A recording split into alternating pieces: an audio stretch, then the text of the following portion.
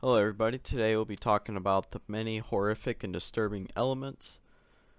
to Darth Vader's suit that you didn't know about. Unless you look deeper into the lore of the Star Wars mythos and really analyze exactly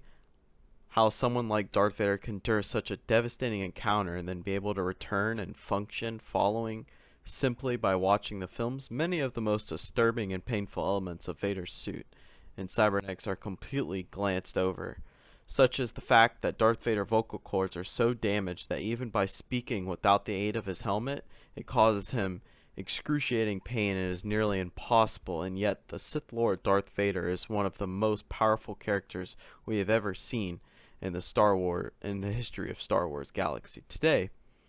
though, wanted to touch on one of the most disturbing elements of Darth Vader's suit, and in the following days we will be releasing several videos that detail the most horrific and nightmare-inducing elements of Darth Vader's cybernetics. For starters, I want to begin with the most painful part of Darth Vader's cybernetic suit is that in order to use his cybernetics properly, Darth Vader has to undergo several surgeries without anesthetics that would scar the Dark Lord for the rest of his existence. In order for Darth Vader to use his cybernetics properly, including his fingers, legs, them to be connected to his brain,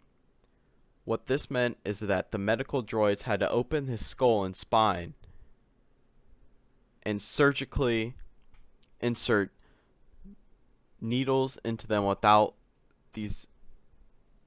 Vader would be forced to manipulate his cybernetics. Only by using the Force, which was possibly, but at the same time extremely taxing. So taxing that in fact that Darth Vader could only do this for a very limited amount of time. Unfortunately for Vader, these needles were also not a permanent part of the Dark Lord, as they were attached to the interior of Vader's helmet. This meant that every time Vader put on his helmet, these needles would again attach to Vader's skull in order to connect his brain, and also connect with Vader's spine in order to connect his brain functions to the rest of his body. What this surgery essentially did was allow Vader to use his cybernetics just as he would normally, as normal limbs, as they were controlled by the functionality of his brain.